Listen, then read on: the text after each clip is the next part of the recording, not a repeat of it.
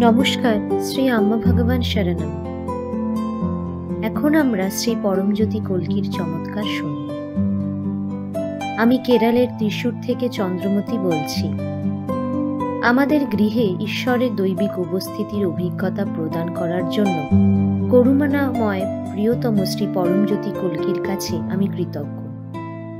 সেই দিন আমি আমার কাছের তিনজনকে আনন্দ ও প্রেম স্থিতি প্রদান করার জন্য পরমজ্যোতির প্রদীপ জ্বালিয়ে মূলমন্ত্র জপ করছিলাম। প্রক্রিয়া চলাকালীন আমার অন্তর শান্তি ও খুশিতে পরিপূর্ণ হয়ে উঠেছিল। আমি আমার স্থিতি অপরকে স্থানান্তরিত করতে সক্ষম হচ্ছিলাম। প্রার্থনার সময় আমি লক্ষ্য করলাম পরমজ্যোতি প্রদীপের শিখা উজ্জ্বল হয়ে উঠেছে। প্রদীপের আলোতে শ্রী পরমজ্যোতির দিব্য উপস্থিতি আমাকে আনন্দ বিস্ময়ে ভরিয়ে দিয়েছে।